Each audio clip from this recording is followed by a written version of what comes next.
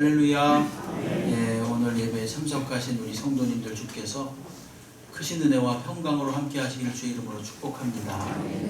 오늘 골로새서 1장 13절로 14절, 특별히 아들의 나라, 천국 5번째 시간으로 아들의 나라, 이런 제목으로 은혜를 나누겠습니다. 우리가 오늘 5번 왔는데 천국 첫 번째 시간에 한 것은 누구나 갈 수 있는 나라 그랬죠. 그 다음에 두 번째 천국은 어떤 나라라 그랬는지 기억 안 나시겠죠? 물어보면 실례겠죠? 인내로서 일궈가는 나라라 그랬지, 그렇지? 세 번째는 마침내 드러나는 나라. 네 번째 지난 시간에 했는데 이미 임했지만 아직 임하지 않은 나라. 오늘 5번째로 아들의 나라. 13절에 나오는 그의 아들의 나라. 천국은 어떤 나라인가? 아들의 나라이다. 이것은 어떤 뜻인지 지금서부터 함께 보도록 하겠습니다. 하나님 나라는 하나님께서 다스리는 나라를 말합니다. 하나님의 나라에 속한다는 것은 이제 다른 말로 말하면 하나님의 지배 아래 들어가서 하나님의 다스림을 받는 것, 이것이 바로 하나님 나라 백성 되는 것입니다. 그런데 불행하게도 모든 사람은 죄 아래 태어났기 때문에 하나님께 스스로 갈 수가 없습니다. 정결하지 못하고 주님 보시기에는 언제나 죄된 인생이기 때문에 만약에 주님 앞에 바로 갔다가는 죽게 됩니다. 여러분 잘 아시는 욥이라는 인물이 있습니다. 욥. 어떤 고난의 대명사인데 사실은 그 욥이 순전하고 정직하고 악에서 떠난 자였다. 이런 아주 최고의 평가를 받았던 믿음의 사람입니다. 근데 그 욥에게 갑자기 모든 불행이 들이닥치고 원인을 알 수 없는 그런 아픔이 계속해서 그를 완전히 그냥 휘어잡죠. 그때 욥을 위로하기 위해 온 세 친구가 있었는데 그 중에 하나가 엘리바스라는 사람이었습니다. 엘리바스가 욥과 이야기하는 과정에서 인간에 대해서 아주 정확하게 이렇게 지적을 합니다. 욥기 15장 14절로 16절 말씀인데요. 사람이 어찌 깨끗하겠느냐? 여인에게 난 자가 어찌 의롭겠느냐? 하나님은 거룩한 자들을 믿지 아니하시나니. 충격적이죠? 그죠? 거룩한 자들을 믿지 않는데요, 하나님이. 그만큼 하나님 앞에서는 아무리 거룩해도 거룩한 게 아니라는 것입니다.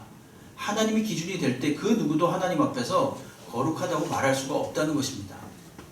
하늘이라도 그가 보시기에 부정하다는 거죠. 하늘이 얼마나 맑고 청명하고 좋습니까? 높습니까? 그럼에도 불구하고 하늘조차도 하나님 보시기엔 부정하다는 거예요. 그런데 하물며 악을 저지르기를 물마심같이 하는 가증하고 부패한 사람을 용납하시겠느냐?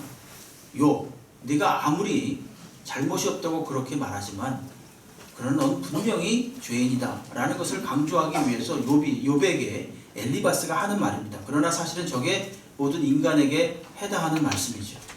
그 누구도 우리 주님 앞에서는 의롭게 설 수가 없습니다. 자신이 거룩하다고 떳떳하다고 말할 수가 없습니다. 무엇보다도 그런 인생은 하나님께 가까이 갈 수가 없습니다. 가까이 가게 되면 마치 어둠이 빛을 만나면 어둠이 확 사라지는 것처럼 죄 가운데 있는 인생이 빛이신 하나님을 만나면 죽습니다. 그래서 하나님께서 모세가 하나님께 십계명을 비롯한 주님의 율법을 받으러 시내산에 올라갈 때 이렇게 경고하셨습니다. 출애굽기 19장 20절로 24절 말씀인데요. 여호와께서 시내산 곧 그 산 꼭대기에 강림하시고 모세를 그리로 부르시니 모세가 올라가매 여호와께서 모세에게 이르시되 내려가서 백성들을 경고하라. 백성이 밀고 들어와 나 여호와에게로 와서 보려고 하다가 많이 죽을까 하노라. 백성이 궁금해하다가 주님께로 막 왔다가 죽는다는 거예요. 22절에 보게 되면 또 여호와에게 가까이 하는 제사장들에게 그 몸을 성결히 하게 하라. 제사장들이 얼마나 성결하겠어요. 근데 그들이 성결하도록 주님이 촉구하십니다.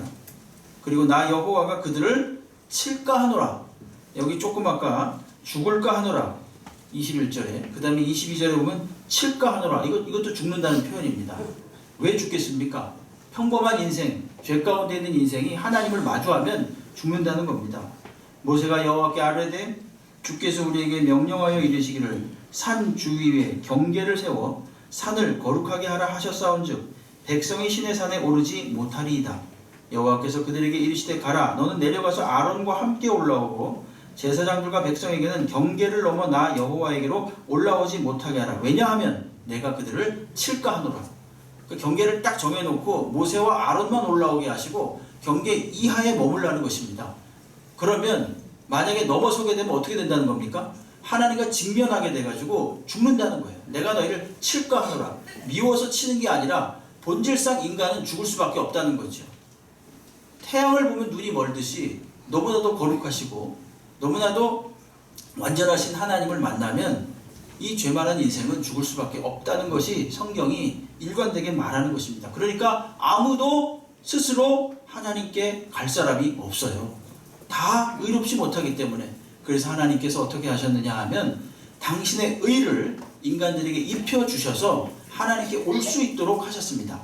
그래서 누구를 보내셨는가? 완전한 의가 되시는 우리 구주 예수 그리스도를 보내신 거죠. 그래서 예수를 믿으면 그의 이 의를 힘입어서 하나님께 갈 수 있는 길을 내신 것입니다. 요한복음 1장 14절 말씀 우리 같이 읽어보겠습니다. 시작. 말씀이 육신이 되어 우리 가운데 거하시매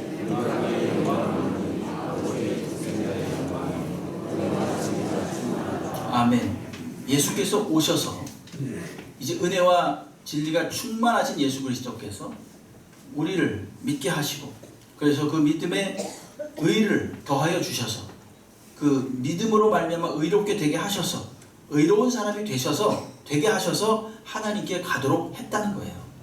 네.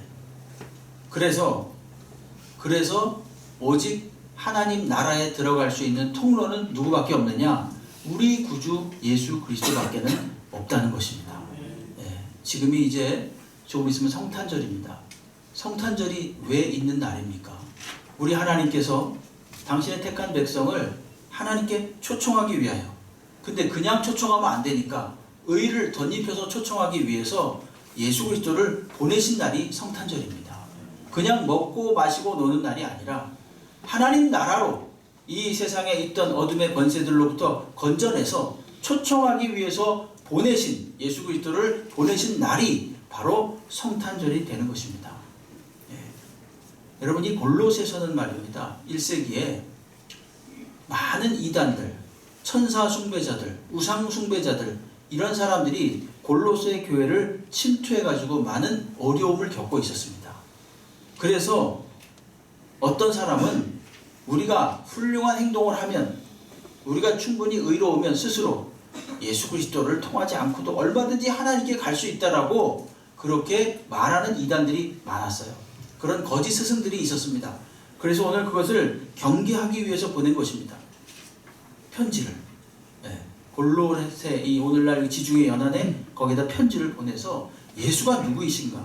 특별히 오늘 말씀은 예수는 하나님께 갈 수 있도록 하는 유일한 통로가 된다는 것을 계속 반복해서 말하고 있고 예수를 통해서만 하나님 나라에 들어올 수 있다는 것입니다.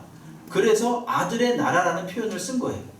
아들의 나라라는 것은 아들 혼자 독식하는 그런 나라가 아니라 오직 하나님의 아들이신 예수 그리스도를 통과해야만 들어올 수 있는 나라이기 때문에 아들의 나라라는 데 의미가 있습니다. 그런 나라라는 의미가 있어요. 예수님은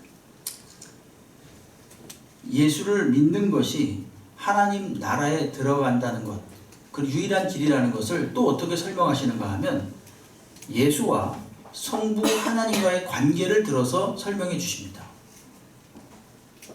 예수님의 제자 중에 빌립이라는 사람이 있었습니다.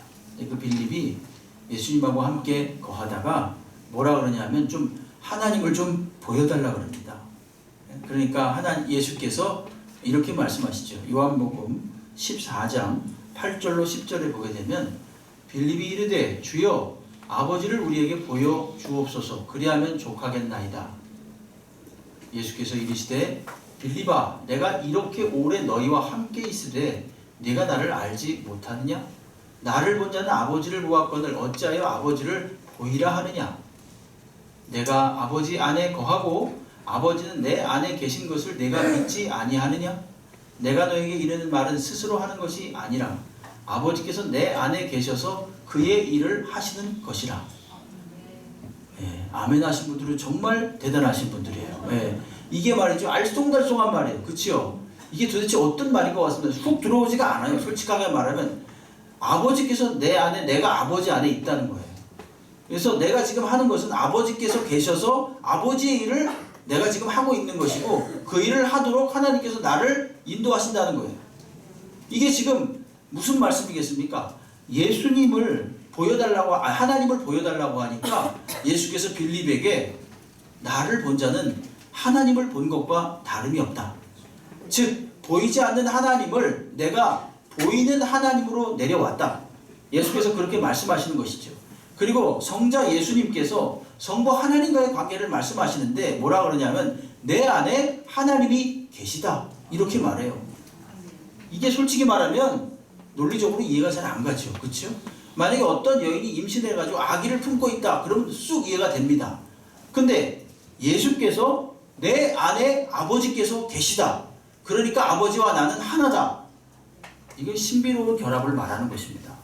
우리가 말하는 삼위일체의 교리라는 것이 성경 여러 곳, 대체적으로 이러한 말씀들이 여러 곳에 있는데 이러한 말씀들을 조직화해서 나온 교리가 바로 이게 삼위일체 교리가 되겠습니다. 삼위일체는 그러니까 완벽하게 사실 우리의 어떤 논리로서는 이해가 불가능한 겁니다. 근데 한 가지 분명한 건 뭐냐 하면 오늘 예수께서 아버지와 당신과 예수와 아버지 하나님과의 관계를 들어서 나를 믿는 자는 아버지를 본 것과 다름이 없다고 말하는 것이고 그 말은 다른 말로 뭐냐면 나를 믿는 자는 이제부터 하나님 나라에 들어온 것과 다름이 없다 이렇게 말씀을 하시는 거죠. 나는 그래서 하나님 나라에 들어가는 통로다. 나를 믿는 자는 이제부터 아버지를 믿는 것과 똑같다 이렇게 말씀해 주시는 거예요. 그리고 나를 믿는 자는 이제부터 하나님 나라 백성이 된다라고 말하는 것이에요. 요한복음 10장 9절 말씀을 보게 되면 내가 문이니 누구든지 나로 말미암아 들어가면 구원을 얻고 또는 들어오며 나오며 꼴을 얻으리라 이렇게 말씀하십니다. 예. 나로 말미암아 들어가면 나를 통하여 들어가면 구원을 얻는다. 이 말은 하나님 나라 백성이 된다는 뜻이잖아요.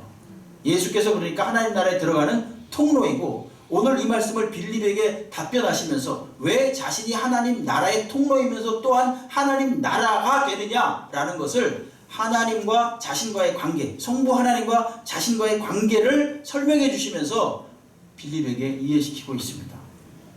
요약해서 말씀드린다면 예수 그리스도를 믿음은 곧 하나님을 믿는 것이고 예수를 보는 것은 하나님을 보는 것이고 예수를 또한 믿는 것은 하나님 나라에 들어가는 것이죠. 그렇게 우리가 이해하시면 되겠습니다.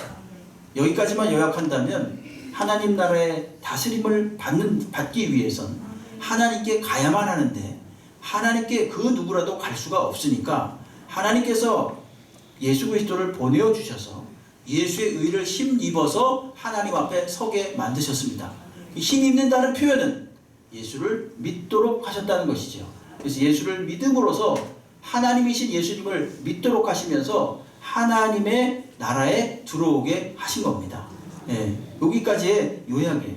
자, 오늘 13절 다시 한번 보시죠. 13절에서 뭐라 그럽니까? 그가 우리를 흑암의 권세에서 건져내사 그의 사랑의 아들의 나라로 옮기셨다. 이렇게 말합니다. 자, 사랑의 아들의 나라라는 말. 이거를 하나님 나라라는 표현을 쓰지 않고 굳이 아들의 나라라는 표현을 씁니다. 왜 그렇게 씁니까? 저 아까 말씀드린 것처럼 예수님 혼자 그 나라의 왕이다 이런 뜻이 아니라 예수 그리스도와 하나님 나라는 도무지 뗄래야 뗄 수 없는 불가분의 관계라는 것을 강조하는 표현입니다. 누구든지 그러므로 하나님 나라에 들어가기 위해서는 아들이신 예수 그리스도를 믿을 때 들어갈 수 있다는 것입니다.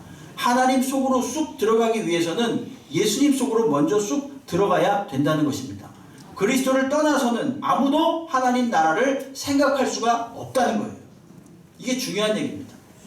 보통의 사람들은 도를 닦고 정직하고 윤리적이고 깨끗하고 성품이 훌륭하고 모든 착한 일을 하고 그러면 하나님 나라에 갈 수 있다라는 생각을 가지고 있어요. 그럴듯하지 않습니까? 교회 다니는 사람은 엉망이고 욕을 먹고 비판을 많이 받는데도 불구하고 교회 하나도 안 다니는 사람인데 깨끗해요. 성품도 깨끗하고 청렴하고 모든 사람에게 존경을 받고 있습니다. 그러니까 보통의 사람들은 생각을 하지요. 하나님이 계신지 안 계신지 모르겠지만 하나님이 계신다면 저 사람이 들어갈 거다 이렇게 생각을 합니다. 미안하지만 아닙니다. 착한 사람을 폄하하기 위해서 이런 말씀을 드리는 것이 아니라 성경에 있는 구원에 이르는 유일한 길은 우리 구주 예수 그리스도를 믿는 것 밖에는, 하나님 나라에 들어가는 길은 우리 구주 예수 그리스도를 통하는 길밖에는 아무것도 없다는 것입니다. 요한복음 14장 6절 말씀에 예수께서 이르시되 내가 곧 길이요 진리요 생명이니 나로 말미암지 않고는 아버지께로 올 자가 없다 이렇게 분명하게 말씀하셨습니다. 진리라는 것은 단순하게 훌륭한 지식이 아니라 생명에 이룰 수 있도록 하는 지식을 진리라 그래요. 참된 진리는 그렇기 때문에 예수 그리스도 한 분밖에 없어요. 왜냐? 예수를 믿을 때 생명에 이룰 수 있기 때문이에요. 그래서 예수께서는 자신을 내가 곧 길이요 진리요 생명이라고 말씀하신 것입니다. 아버지께 가는 길이고 당신 자신이 또한 하나님 나라라고 말씀하신 것과 다름이 없습니다. 그래서 그 유명한 사도 바울도 이 비밀을 알고 나서는 이제부터는 내가 예수 그리스도 이외에는, 즉 하나님의 다스림을 받는 것 이외에는 아무것도 알지 않기로 작정했다고 선언합니다. 고린도전서 2장 2절 말씀에 또한 내가 너희 중에서 예수 그리스도와 그의 십자가에 못 박히신 것 이외에는 아무것도 알지 않기로 작정했다 이렇게 말합니다. 작정했다는 굳게 결심했다는 말씀 아니겠어요? 그리고 더 나아가서 그가 이제까지 알았던 모든 지식들을 마치 배설물로 여기겠노라고 빌립보서 3장 8절에서 이야기합니다. 또한 모든 것을 해로 여김은 내 주 그리스도 예수를 아는 지식이 가장 고상하기 때문이라. 내가 그를 위하여 모든 것을 잃어버리고 배설물로 여김은 그리스도를 얻고 이렇게 말하고 있습니다. 그리스도를 얻는 것이 가장 소중한 지식이라는 것을 말하고 있고 그리스도를 얻음이 하나님 나라에 들어갈 수 있는 유일한 길이라는 것을 말합니다. 여러분 하나님 나라에 들어가면 어떻게 되겠습니까? 하나님에 들어가면 하나님의 다스림을 받는 거예요. 하나님께서 원하시는 대로 사는 거예요. 그렇게 해서 전에 알지 못했던 풍성한 삶을 누리며 살게 되는 것입니다. 예수께서 더 구체적으로 오늘 무슨 일을 하셨는가를 통해서 예수와 하나님 나라가 어떻게 뗄래야 뗄 수 없는 관계인지를 오늘 사도 바울이 오늘 13절 14절에서 말하죠. 뭐라고 말하냐 하면은 오늘 본문을 보시게 되면 13절에 보게 되면 이 사랑의 아들의 나라, 즉 하나님 나라가 13절 후반에 있는데 그 앞뒤로 13절과 14절에 뭐가 있냐면요. 앞에는 흑암의 권세라는 말이 있죠. 그렇죠? 14절에 보게 되면 속량 곧 죄사함을 얻었다 이런 말씀이 있습니다. 그 중간에 하나님 나라가 있습니다. 하나님 나라에 옮기셨는데 하나님 나라는 어떤 나라냐? 흑암에서 벗어난 나라라는 거예요. 흑암으로부터 우리를 옮겨주신 나라라는 것입니다. 여러분 흑암이라는 것은 그야말로 캄캄한 것입니다. 그래서 아무것도 보지 못하는 거예요. 단순하게 육적으로 눈이 먼 것이 아니라 여기서 말하는 흑암이라는 것은 사탄의 지배를 받아서 영적으로 하나님을 하나님으로 알아보지 못하는 것을 말합니다. 참 놀랍죠. 훌륭한 지식을 갖추고 대단한 어떤 업적을 가지고 있는 사람도 말입니다. 하나님에 대해서 알지 못합니다. 그런데 저 시골에 있는 할머니, 할아버지, 소위 학교라고는 제대로 다녀보시지 못한 분들도요, 얼마나 신실한 믿음이 있는지 몰라요. 이것이 바로 믿음의 비밀입니다. 이것이 바로 하나님 나라를 조건이나 자격에 의해서 아는 것이 아니라 하나님의 은혜에 의해서 안다는 분명한 생생한 증거가 되는 거예요. 네? 흑암에 속한 사람들은요, 영적으로 어두워져 가지고요, 하나님 나라에 갈 만한 아예 실력이 없습니다. 하나님을 감각할 만한 능력이 없다는 거예요. 네. 며칠 전에 그 우리 새신자분 중에 호주에서 몇 년 사시다 온 분이 계시는데 식사를 했어요. 그분이 그러시더라고요. 저는 궁금하니까, 저는 아무것도 모르니까 호주는 뭐가 제일 중요합니까? 그랬더니 뭐가 제일 중요할 것 같아요? 그 나라에서 어떤 범죄를 가장 중요한 범죄로 칠 것 같습니까? 갑자기 여쭤보니까 생각이 안 나시죠? 근데 그 나라는 놀랍게도 환경 오염시키는 게 최고 큰 벌이래요. 환경 오염시키는 게 우리나라랑 좀 약간 지금도 많이 그런 인식이 있지만 그렇게 우선순위를 둘 정도는 아니잖아요. 두 번째는 뭐냐? 두 번째로 큰 것은 뭐냐면은 동물을 학대하는 게 큰 죄래요. 그래서 뭐 차에 동물을 넣고 내린다든지 뭐 강아지를 학대한다든지 그러면 그게 벌이 됩니다. 세 번째는 여자와 노약자들, 아기들. 제일 마지막이 뭔지 아십니까? 남자랍니다. 예, 어쨌든 근데 이런 건 전혀 전 몰랐잖아요. 제가 그 나라에 살아보지도 않고 그냥 들은 걸로만 지금 깜짝 놀라서 아는 거죠. 이 지상에도 말입니다. 우리가 가보지 못한 나라에는 어떻게 무슨 법이 있고 뭐 제도가 있고 그런 거 잘 몰라요. 거의 모릅니다. 하물며 하나님 나라에 대해서 이제까지 그저 사탄의 권세에 휘둘려가지고 거기에 붙잡혀가지고 있던 사람들은요 도무지 상상할 수가 없어요. 그래서 우리 구주 예수 그리스도께서 우리를 그 흑암의 권세에서 빛으로 옮겨 놓으신 것입니다. 이 땅에 살면서도 많은 어떤 사람들 중에는 개 중에 그런 분도 있어요. 이 땅에 살지만 굉장한 통찰력과 지혜와 분별력이 있어서 그런 분을 우리가 보통 지혜자다, 현자다 이렇게 말을 하죠. 근데 그분들도 그저 거기까지입니다. 그저 인간에 대한 한계뿐입니다. 더 올라가지 못해요. 하늘나라까지. 하늘나라까지는 누구를 통해서 올라가느냐? 우리 구주 예수 그리스도를 통해서만 올라가는 거예요. 하늘나라의 지식을 아는 것은 우리 구주 예수 그리스도를 통해서만 이 흑암의 권세에서 벗어나서 빛이신 하나님 나라를 볼 수가 있는 거예요. 오늘 그래서 13절 14절에 보시게 되면 흑암의 권세에서 건져내셔서 속량 곧 죄 사함을 얻었다 이렇게 말하고 있습니다. 예수 그리스도께서 값주고 사심으로써 우리의 죄를 사하심으로써 이제 그 흑암의 권세를 걷어내시고 우리를 빛의 나라로 옮기셨다 이렇게 말하죠.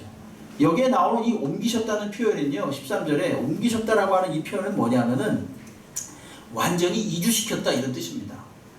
과거에 이 당시 1세기에 살았던 사람들은 이 말을 금방 이해했죠. 왜냐하면 로마나 어떤 제국이 한 나라를 정복하게 되면 그 나라의 사람들을요 다른 나라로 막 이주시켰습니다. 자기네 식민지 정책에 의해서 이리저리 섞어놨습니다. 강제로. 우리나라도 옛날에 일제의 지배를 받을 때 만주나 간도나 뭐 이런 데로 이주하곤 했죠. 강제로. 그런 옮겼다는 표현이 바로 그런 표현인데 여기서는 긍정적인 표현이죠. 흑암의 권세에서 완전히 빛의 나라로 하나님 나라로 옮겼다. 번쩍 들어서 옮겨 놓으셨다라는 표현이 바로 이 표현입니다. 옮기셨다는 표현. 이게 속량하셨다라고 하는 그런 의미가 되겠습니다. 그러니까 13절 14절의 말씀을 요약해서 말한다면 아들 안에서 죄사함을 받고 아들의 나라로 옮겨졌다. 이런 의미가 되겠습니다. 사단의 지배하에서 흑암 속에 있었던 흑암의 백성이 이제는 빛에 속한 하나님 나라 백성이 된 것입니다. 어디서 그런 일이 일어났느냐? 아들 안에서. 아들 안에서 그 일이 일어났다는 거예요. 그러니까 예수님을 믿는 것 자체가 곧 하나님 나라에 들어가는 것입니다. 예수께서는 자신이 하나님 나라이며 또한 하나님 나라를 가져오신 분이라는 사실을 여러 가지 방면으로 말씀을 해주셨습니다. 예를 들어 마태복음 4장 23절에 보게 되면 예수께서 온 갈릴리에 두루 다니사 그들의 회상에서 가르치시며 천국 복음을 전파하시며 백성 중에 모든 병과 모든 약한 것을 고치셨다 이렇게 말합니다. 여러분 세례 요한 아시죠? 세례 요한이 옥에 갇혔은 적이 있습니다. 세례 요한이 옥에 갇혀서 도대체 메시아 그분은 이 지금 오신 예수님이 맞는가? 약간 그런 회의가 들었어요. 그래가지고 제자들을 보냅니다. 제자들을 보내서 예수님 당신이 메시아입니까? 아니면 우리가 오실 다른 분을 기다려야 됩니까? 그렇게 물으니까 예수님께서 이렇게 제자들에게 세례 요한에게 가서 전하라고 말씀해 주셨습니다. 자, 누가복음 7장 22절 말씀 한번 같이 읽어볼까요? 시작. 예수께서 대답하여 이르시되 너희가 가서 보고 들은 것을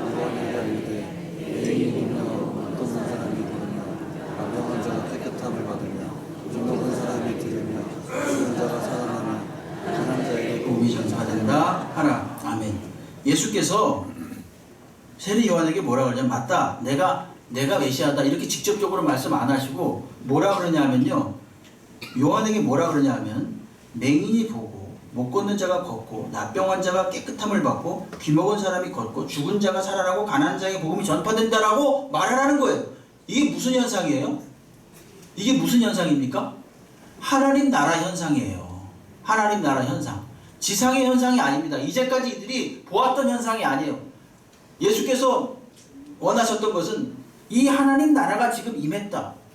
전에는 이 땅에서 도무지 볼 수 없었던 하나님 나라가 지금 임했으니까 세례 요한에게 이것을 그대로 가서 전해라. 그럼 세례 요한은 알아들을 것이다. 지금 그 말씀이에요. 치료, 귀신을 쫓아내는 일, 이런 것들은요 땅에 속한 일이 아닙니다. 사실은 하나님 나라에 속한 일이에요. 하나님 나라의 현상입니다. 예수께서 오셔서 그 많은 이적과 기사를 보여주신 것은 하나님 나라를 내가 가져왔다. 아니 내가 곧 하나님 나라다. 이제부터 내 안에 있는 자들은 하나님 나라를 맛보면서 살게 될 것이다 라는 그런 증거로서 이것을 우리들에게 맛배기로 보여주신 거예요.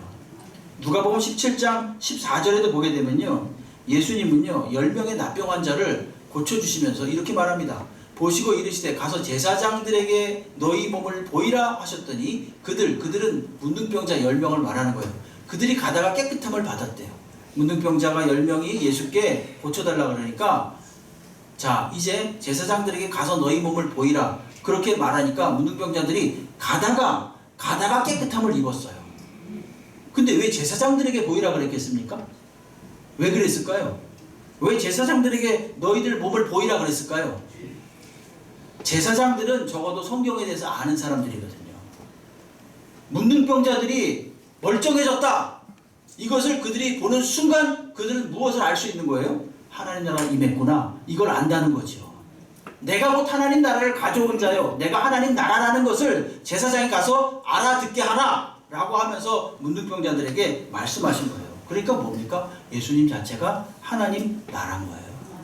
그래서 오늘 그 아들의 나라라는 표현을 쓰는 것입니다. 네? 아들의 나라. 예수님 혼자 다스리는 그런 나라가 아니라 도무지 예수 그리스도와는 뗄래야 뗄 수 없는 불가분의 관계에 있는 나라. 예수를 통과하지 않고는 도무지 들어갈 수 없는 나라. 이 나라가 곧 하나님 나라라는 것입니다. 우리는 여러 가지 방편으로 그저 하나님께 갈 수 있다는 오해를 합니다. 골로새 시대에 많은 사람들이 그렇게 오해하고 다른 이단 사설들을 쫓았던 것처럼 많은 오늘날 21세기를 사는 사람들도요 충분히 예수 안 믿어도 충분히 나 혼자 깨끗하게 살아도 충분히 하나님 나라라는 것이 있다면 천국, 천당 이렇게도 말하는데 그곳에 갈 수 있다. 이렇게 생각하는 사람이 아직도 많습니다. 주변에 그런 사람 보시지 않았습니까 혹시? 아유 나는 뭐 예수 안 믿어도 교회 안 다녀도 충분히 나 같으면 이렇게 살면 천국에 갈 수 있어. 이렇게 말하는 분들이 있다니까요. 어떤 분은 심지어 우리 아내가 우리 남편이 교회를 잘 다니니까 나도 천국에 갈 수 있어. 1+1입니까? 천국 가는 게? 그런 거 아닙니다. 내가 예수 그리스도를 통과해서 예수 그리스도 속에 거하고 예수와 함께 하시는 하나님과 함께 할 때 곧 우리는 하나님 나라 백성이 될 수 있는 것입니다. 이미도 예수를 믿은 분들은 하나님 나라에 들어온 사람이에요. 예수님 안에 들어온 사람이에요. 그럼 하나님 나라를 사는 건 뭐겠습니까? 예수를 따라 사는 겁니다. 예수님이 원하시는 대로 사는 거예요. 예수님을 따라가는 거예요. 그것이 가장 최고의 가치로 여기고 사는 것입니다. 사도 바울처럼. 정말 우리들의 결심 속에 정말 풍성한 하나님 나라를 누리고 싶으시다면 우리의 결심 속에 오늘도 내일도 우리 구주 예수 그리스도를 닮아가고 우리 구주 예수 그리스도를 따라가면서 사는 것을 일생의 목표로 삼으시기 바랍니다. 어렵겠지만 그러나 주님이 함께 하실 것입니다. 그러면 그것이 바로 하나님 나라를 오늘 사는 것입니다. 예수 그리스도를 믿고 바람으로 오늘도 풍성한 하나님 나라를 사는 주의 종들이 되시기를 주의 이름으로 축원합니다. 기도하겠습니다.